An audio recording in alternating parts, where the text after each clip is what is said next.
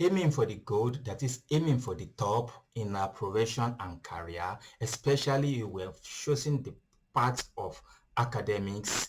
Research is inevitable, and a quality research demands that we follow procedure. I'm going to put a lot of tools, a lot of resources at our fingertips today as we discuss the research process from its beginning to the end. It's going to be a series of videos. I'm going to take them one after the other after this video that is purposefully for the standardization of research process, and we are going to go into other details like how to choose our research topic. It is very germane. The importance of research cannot be overemphasized because structurally it must be balanced. Our research must be balanced, and for it to be balanced we need to actually understand the process of our research to be conducted, and for us to understand we must lean towards this scholarly topic. And how can we achieve scholarly topic unless we understand how to choose our topic? Our topics, these and many more, are what I'm going to discuss in this video. Primarily, I'm going to tell us some importance, then we dig into the research process. Importance of research process. It provides structure and address research question. Our research process gives structure to our write-up and equally answers the research question, which is our aim. Also, it fosters critical thinking, because when we have structure, that is, after I've done this, this is what I must do, this is what I must do to achieve this, there is process. So our critical thinking and problem solving skill is organized, and that organization is very important in our research work.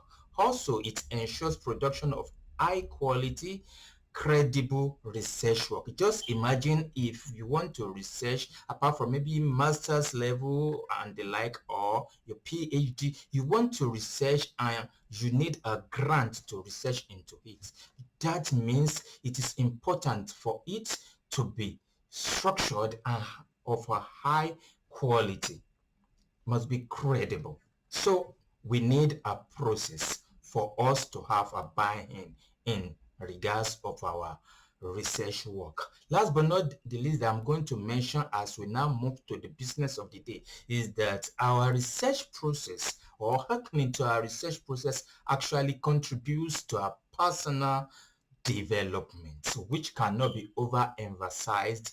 As a master's degree holder or a PhD level student. My name is Benga Olatunji FCA, and we shall be looking at research process for the beginners. This is going to be a guide. I'm going to give us so many tools where we can get what we can use them for in this video. If you are new to GGMC Associate channel, please go and subscribe, click like, comment, like the video, and share to others. If you are professional, like this video, because soon you can find yourself in academics world and you will need this knowledge. And if you are an academic student already, now let us dig it together, like they used to say, one of my lecturer, so that we can make it sweeter. Now is the time to gain insight into how to structurally develop our research work, following the processes, and foster a good balanced work. What are the jugglers. Then I'm going to explain and give us tools where we can find and what we can use those things to assist us in our research work. Primarily, you must choose a topic. I'm going to go into it and give us words and tools that can help us. After you've chosen your research topic, you must identify a problem you are trying to solve, and you must develop a research question. You must develop a research question so that you will be able to answer that research question. That actually is a jugular that you are trying to research into. Then you must design your research, the research methodology. How do you want to get what and the like? Anyway, I don't want to go ahead of myself because we are going to go into details of everything. And after you've done all this, you can have your research proposal. And what should be in research proposal are, but we need to understand what it actually entails, and that is the essence of this video. Okay, choosing your research topic. For you to choose your research topic, first of all, you must familiarize with the lay down and the guideline of your uni, that is your university. It is very important. Why is it important? So that you will not waste your energy on what eventually will not be or may not be approved, because some universities basically they have their scope, areas that they want to venture into, areas they do not want to research into, especially those that they perceive to be sensitive to the society. They may decide not to allow students to go into it. And you know what? It may interest you to research into it, but if it's not approved, how will you get it done? And your research work is so important to your career path. To finishing strong, you must have a quality research work done. In some schools, it carries a lot of marks, even than all your assessments or your tests and the like. So ensure you understand the guideline as regards your university in choice of topic that you need to pick. Some universities and some levels will have given you laid down topics or can give you liberty to choose. If you have liberty to choose, great for you, but equally we still must be careful so that we will not go into an area and having spent a lot of energy is not approved. Okay, I'm not going to overflow that. Then we must write some specific topics down, which I'm going to go into. But how are we going to write specific topics down if we do not know what topic we can, and that is researchable, right? And how can we know researchable topics? We need to do a bit of literature research. We need to do a bit of literature review here and there to know what knowledge exists, what knowledge does not exist, and how can I come in? How can my research topic, what are the gaps, and how can my research topic fill the gap of knowledge in the society? Some of the tools for you to easily gather some previous research work for your review so that you can determine what topic you want to choose. Who is your friend, right? But I'm going to mention more than that. You can go for Google Scholar and review, you will find a lot of works already done. Some we tell you in some paper reviews, we tell you that we have knowledge gap in this area. These are some of the areas that our research work has not covered, and we need more knowledge in these regards for the benefit of the society. So those could be the area you could pick on and select for your research topic, because your research topic definitely must contribute one thing or the other to the body of knowledge or advantageous to the society. It's not that we just want to write so that you can have your master's or your PhD. No, at this level, you are a contributor to the society, whether filling the knowledge gap or finding solution to the problems in the society. That is why we have research work done and why the academics believe so strongly and much in it. Another tool you can go for your literature research is PubMed. PubMed, PUBMED. That website is going to help you a lot. By the way, I'm just giving us this knowledge. They are not advertising. I'm not paid for it, but just to contribute my knowledge to the society too. When you search, you are going to find a lot of works and some gaps you could fill when you go to these two websites that I've mentioned. Having said that, let us move on to identification of problems.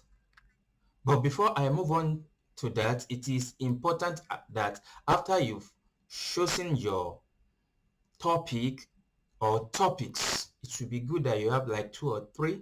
Then you need to present it to your mentor, academic tutor, or your supervisor to help review and at least have their buy-in for the meantime, have their buy-in. So then, identification of problems. Your literature research review will expose you to some gaps already that we've discussed in first step, choosing a topic. And once you have an idea or ideas of those topics that you could choose, those gaps that are yet to be occupied and filled in the body of knowledge, what you need to do is try to draft it to to be a well-defined research problem. Try to modify it to be a well-defined problem. Let me give us an example, like a relationship between one thing, you mention it, or the other. There's a problem in the relationship between one thing or the other. So that gap is what you want to fill. Why does that issue exists in maybe any society and the like? That is the problem that you want to provide solution to, right? Now, in writing down your research question, you must try as much as possible to ensure that your research question or your hypothesis is well defined, like I mentioned before, but most importantly, must be specific. Must be specific. The more specific your research question is, the better results and quality research you will be able to achieve. Don't forget that at this level, we are not aiming to become a generalist. As a master's student, as PhD student, we are trying to major on a critical minor. We major on minor. Sometimes I do advise us not to major on minor, but as a professor, we major on some little aspects of area of or areas of life as a master student. So try as much as possible to ensure that your research question is specific, and equally your research question, try to understand how you are going to go about it, though I'm going to talk more about it in research design. Try as much as possible to establish your methodology. What method do you want to use? Is it qualitative? Is it quantitative? And the like. You must know all this. Actually, all these jugglers that we are still talking about now, we are still going to go more in depth into it one after the other. After we've determined our research hypothesis or the question, then we must have our research design. And basically here we will be answering how am I going to go about answering my research question. How will I answer my research question? That is our major aim in this aspect of our research process. So we try to create dynamic process along our path of having solution to a critical research problem and contributing to the world in our own little way that we've chosen. So create a process on how to conduct your research, like who will be your participants, how are you going to gather your data, the practical framework that you want to go with and inculcate into your research process or your research system. These and many more will actually be fleshed out as we continue later on in next video. And after all this is said and done, and only then you can talk about your research proposal. And in your research proposal, you must discuss and not forget to mention your justification. Why is this research work important? What is it going to contribute to the society? You must be able to let us know. If not, why going about it? And it may not be approved if you cannot really justify it, especially if it's going to involve grants and funding. Your method, you must mention how you want to go about it. Your research design, you must mention. The aim, you must mention. You must talk about it in your research proposal, your literature review, and how you come about this topic and the like, and evidence that there's actually a knowledge gap and how you are contributing to filling the knowledge gap that exists. You must not fail equally to mention your timeline or your deadline. That is, within what framework of time are you going to establish or contribute or start and finish your research work. And after you've been able to do this, then you can start your research work. That is, after your supervisor, maybe the HOD, academics, tutor, whatsoever in position of authority that must approve your research topic had done it. You've presented your research proposal and it has been approved. Then you can go about your research work. From G. James Associate Benga Olatunji FCA, don't forget to like, don't forget to subscribe, don't forget to comment. You can equally add to this knowledge by commenting, and let us do it together to make it sweeter. Don't forget to share share. Next, we are going to be talking in depth about how to choose a research topic. This is critical knowledge for any researcher to know how to actually choose. If you are not choosing correct research topic and you started along the line, there may be a lot of issues, like someone that is running with a research topic that is off the guideline of the university's approach to research, of course, should not have been approved in the first place.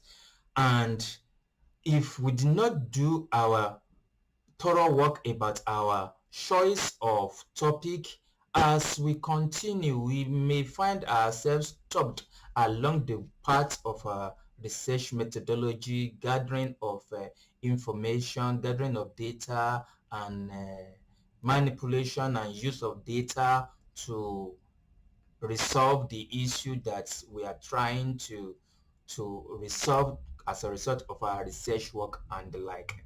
So it is important for us and critical to choose the right topic, and like I said, the best topic are so should be narrow, that is specific. We can start from the generic but ensure that it becomes very specific. Of course, our tutors, supervisors will help us from the onset to be more specific, and it is to our advantage when it seems that they are not approving what many times is to our advantage, so that we will not get stuck along the way. So we are going to talk in-depthly about how to choose a research topic. Of course, in this video, I'd already mentioned at least two tools where we can go to for literature review, literature research, to find gaps and formulate a research question and begin our procedure for problem solving by asking our research question, which should be equally specific, and have our methodologies design the processes of achieving the results that our research question aims at. Benga Olatunji, FCA from G. James Associates. We have value to life, we have value to your businesses. So join me to know how to choose a better research, best research topic.